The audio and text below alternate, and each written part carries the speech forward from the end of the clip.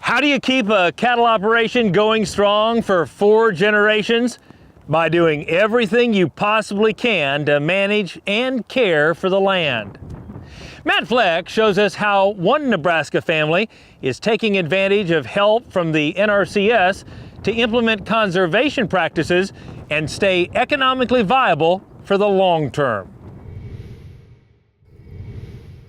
The Maddox Cattle Company is a family-run cow, calf, and yearling operation with deep roots in the sand hills of southwest Nebraska. The history of our ranch goes back to my great-grandparents, Taylor and Clara Maddox. They came out and homesteaded in 1886. Well, this is the 131st year of our family being in the cattle business, and conservation of our ranch, of our natural resources, is the number one thing. I'm the 4th generation, my boys are the 5th generation on the ranch, so I think that lends itself to taking a long-term view of conservation. Certainly we've taken a view about being profitable, but the key point there is that conservation and profitability really go hand in hand.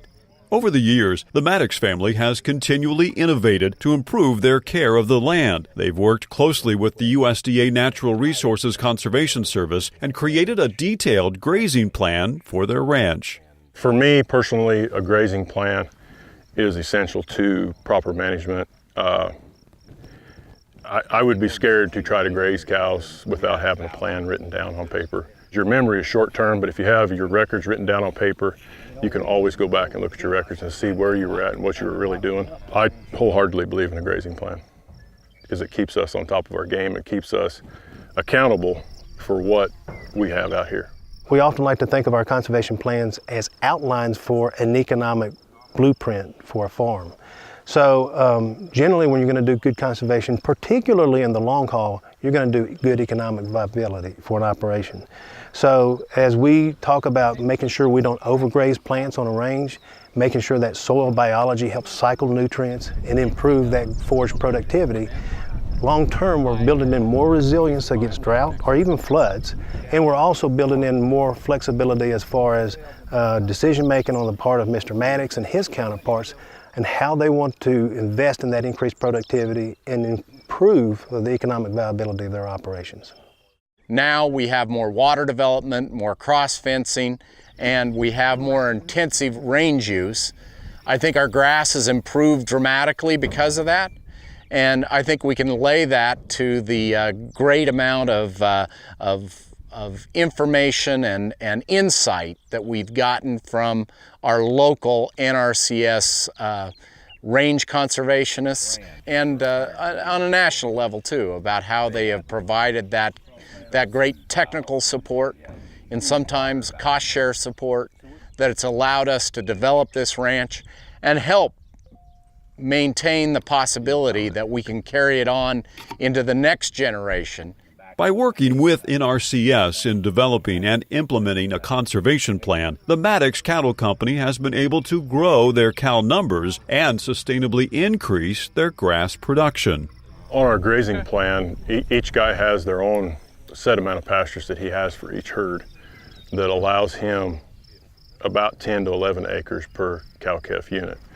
And with doing that, we're able to scrunch our cows down into tight groups into smaller pastures than what you'd see in traditional places.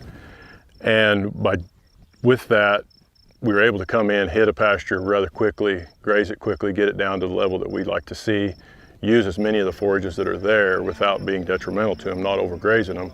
And that allows us to have, because we're going to be able to have a longer rest period behind what we're doing, we typically try to build in a 90 to 100 days rest on our pastures.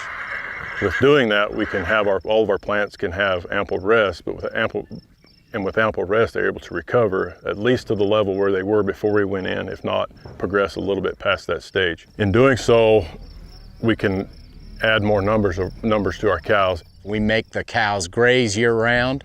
They graze corn stalks in the wintertime, and then we graze native range in the summertime, along with some other things like cover crops and some irrigated grass, but mainly is a year-round grazing program. And I think it's been 7 or 8 years since we have last fed a cow. And so we think that's one of our unique advantages here in our operation, is that we have that good winter resource of corn stalks, and we try to maximize our use of those corn stalks, and our whole genetic program, our whole system of calving is all geared to minimize our inputs on those cows. At the Maddox Cattle Company, both the land and the cattle are healthy and thriving, and with these kinds of results, the value of focused conservation planning with help from NRCS is clear. The benefits of conservation, not only to our clients, to Mr. Maddox and his counterparts, can't be overstated. As we talked about, the fact is it's a partnership, and it has to be something that's really advantageous for our clients in what they want to achieve on their respective operations. At the same time, investing in conservation not only makes his short-term viability better, but it makes the long-term viability better, because we actually are protecting and allowing the land to heal and restore itself. I think that NRCS has a wealth of knowledge about various different practices, whether it be in farming or in ranching, and on soil conservation, water quality, all of those topics. I think that the cattleman brings something to the NRCS in that there is a level of practicality and a great deal of observation that happens by the individual cattle producers, that they provide that feedback to NRCS, which helps them refine and redevelop their programs so that their advice, their recommendations are really tailored to that operation out in the country. Reporting from Southwest Nebraska, I'm Matt Fleck for NCBA's Cattleman to Cattleman.